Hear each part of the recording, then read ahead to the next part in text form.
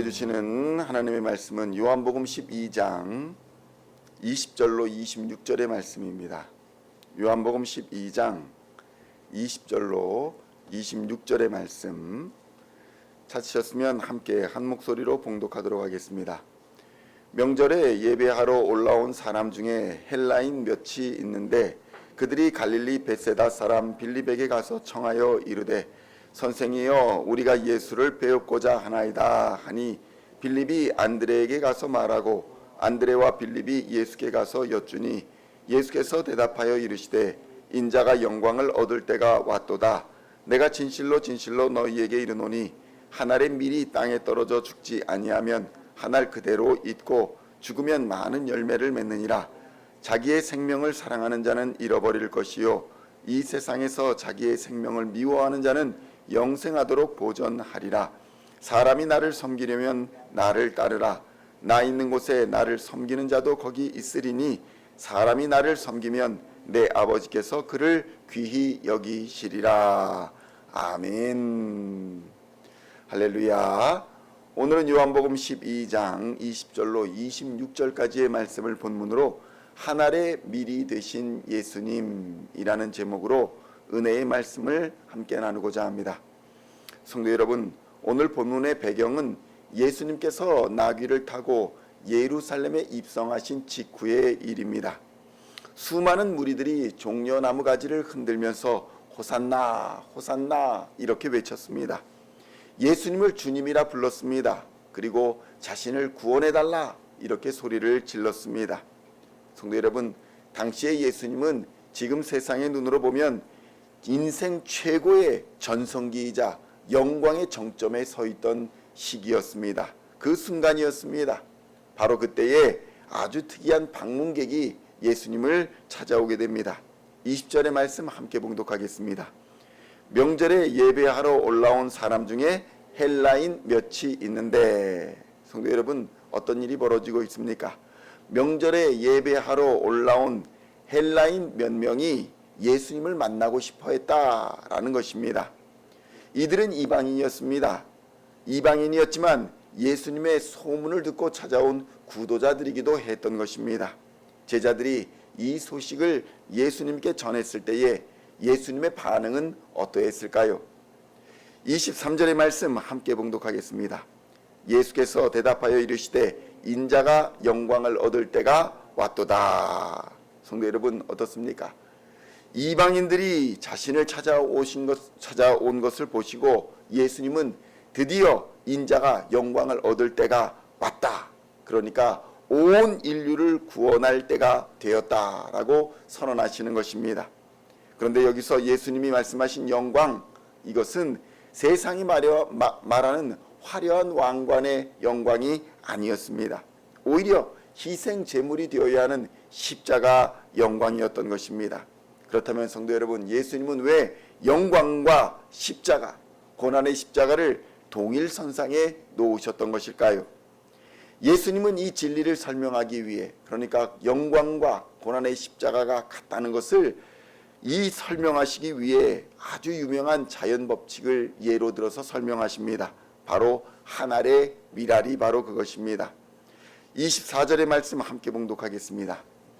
내가 진실로 진실로 너희에게 이르노니 한 알의 밀이 땅에 떨어져 죽지 아니하면 한 알 그대로 있고 죽으면 많은 열매를 맺느니라. 아멘. 성도 여러분, 예수님은 자신을 한 알의 밀알에 비유하셨습니다. 밀알 하나가 그냥 자루 속에 그대로 있으면 10년이 지나도 영원히 그냥 밀알 하나뿐인 것입니다. 그 상태로는 아무런 생명의 역사도 일어나지 않습니다.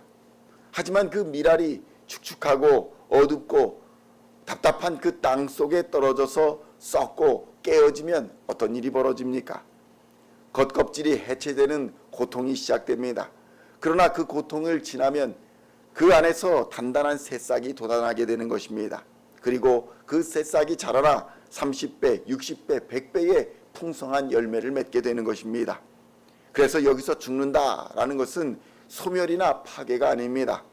더 큰 생명을 살리기 위한 자기 희생과 비움, 그것을 의미하는 것이 바로 죽는다의 의미인 것입니다. 예수님이 가신 길이 바로 이 길이었습니다. 예수님은 하늘의 영광을 버리시고 이 땅이라는 낮고 어두운 곳에 떨어지셨습니다.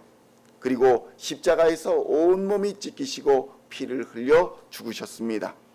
이렇게 예수님이라는 하늘의 미랄이 십자가에서 완전히 죽으셨기 때문에 오늘날 저와 여러분을 포함한 수십억 인류가 구원이라는 풍성한 생명의 열매를 얻게 된 줄로 믿습니다. 성도 여러분, 영국의 유명한 선교자이자 탐험가인 데이비드 리빙스턴이라는 분이 있습니다. 그는 젊은 시절 의사이자 과학도였습니다. 그래서 영국에서 편안하고 또 존경받는 삶을 살 수가 있었습니다. 하지만 그는 복음이 없는 아프리카, 이 아프리카 대륙을 가슴에 품게 되니까 스스로 어두운 아프리카 땅에 떨어지는 미랄이 되리라 라고 결단했습니다. 그는 평생 풍토병과 또 사자의 공격과 원주민들의 오해와 싸웠습니다. 아프리카 밀림을 헤매며 복음을 전했습니다. 결국 1873년에 그는 아프리카의 한 작은 마을에서 무릎을 꿇고 기도하는 자세로 숨을 거두었다라고 전해집니다. 스코틀랜드에 있던 그의 가족들은 그의 시신을 고향으로 모셔와서 영웅들이 묻히는 웨스트민스터 사원에 그렇게 장례를 지내기를 원했답니다. 그런데 아프리카 원주민들은 눈물을 흘리면서 이렇게 말했다고 합니다. 리빙스턴 선교사님의 몸은 당신의 나라인 영국으로 가져가도 좋습니다. 하지만 그분의 심장만큼은 아프리카를 위해 평생을 뛰었으니 이 땅에 묻어주십시오. 결국 원주민들은 그의 심장을 아프리카 땅에 묻었다고 합니다. 성도 여러분, 인간적인 눈으로 보면 어떻습니까? 리빙스턴의 삶은 고생만 하다 죽었다. 고생만 하다가 결국 아프리카에서 죽었다. 이렇게 볼 수 있는 비참한 삶처럼 보일지 모릅니다. 미랄 하나가 땅에 떨어져 썩어 없어진 것처럼 보입니다. 그러나 그가 죽은 후에 어떤 일이 벌어집니까? 그가 닦아놓은 길을 따라 수많은 선교사들이 아프리카로 들어갔습니다. 결국 이러한 노력과 헌신의 결과로 노예무역도 폐지되고 수많은 아프리카 영혼들이 예수 그리스도를 믿고 하나님께로 돌아오는 놀라운 기적 같은 열매가 아프리카 땅에 맺혀지게 되었던 것입니다. 성도 여러분, 이것이 바로 하늘의 미랄이 가진 능력입니다. 25절의 말씀 함께 봉독하겠습니다. 자기의 생명을 사랑하는 자는 잃어버릴 것이요 이 세상에서 자기의 생명을 미워하는 자는 영생하도록 보존하리라. 아멘. 성도 여러분, 예수님은 이 하늘의 미랄을 자신에게만 적용하지 아니하시고 오늘을 살아가는 저와 여러분에게도 동일하게 요구한다는 사실을 우리는 깨달아야 합니다. 여기서 자기 생명을 사랑한다, 이 말의 의미가 무엇입니까? 이기적인 욕심으로 자기 욕심만을 위해 자기만을 위해서 살아가는 삶이 바로 자기 생명을 사랑하는 삶입니다. 세상은 우리에게 말합니다. 내 것을 더 많이 움켜쥐어라. 내 이름의 영광을 위해 살아라. 부귀와 권력을 누리며 살아라. 이렇게 유혹합니다. 썩지 않으려고 자루 속에 꼭꼭 숨어있는 미랄처럼 되어라. 이렇게 요구하는 것입니다. 그런데 주님은 경고하십니다. 그렇게 제 목숨을 아끼고 또 움켜쥐고 그렇게 살려고 하는 자는 결국 아무런 열매도 맺지 못할 것이다. 마침내는 삶의 참된 의미를 잃어버릴 것이다. 이렇게 경고하고 계시는 것입니다.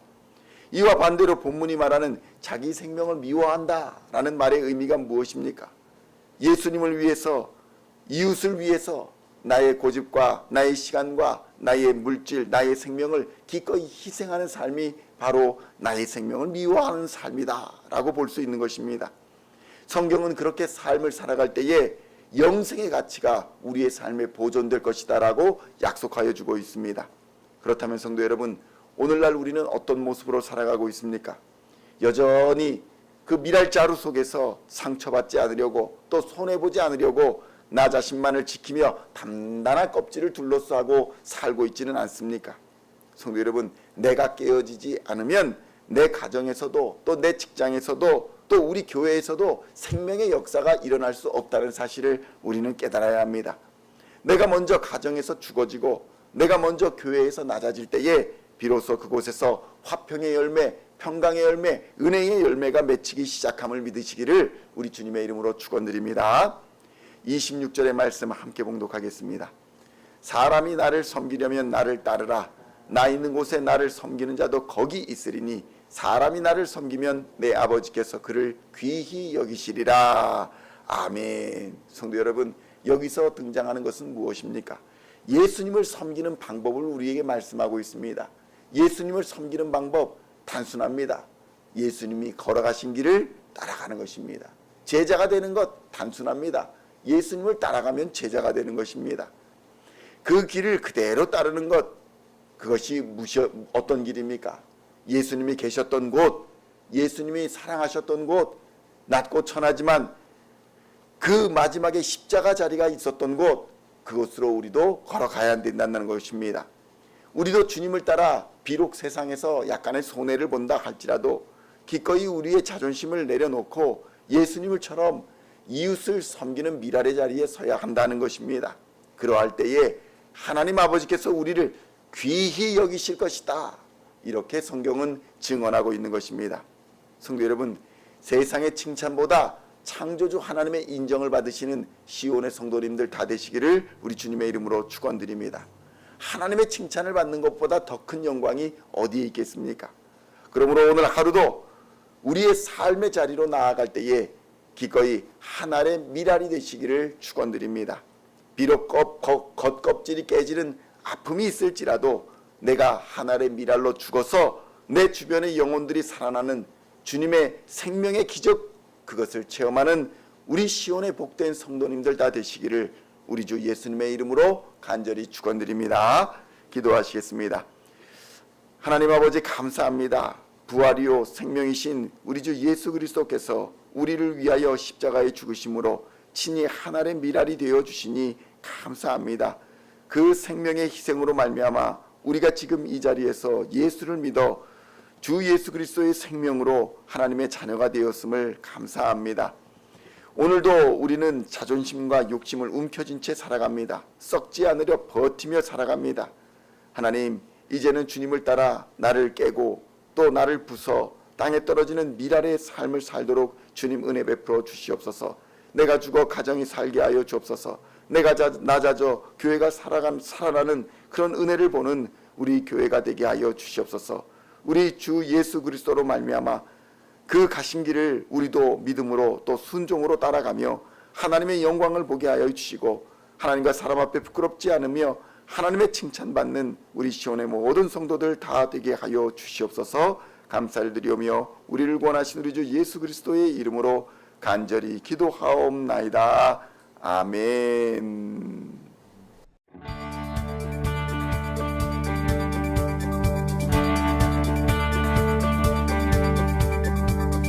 Singing songs of Thy praise, we are coming to You, dancing before Your throne.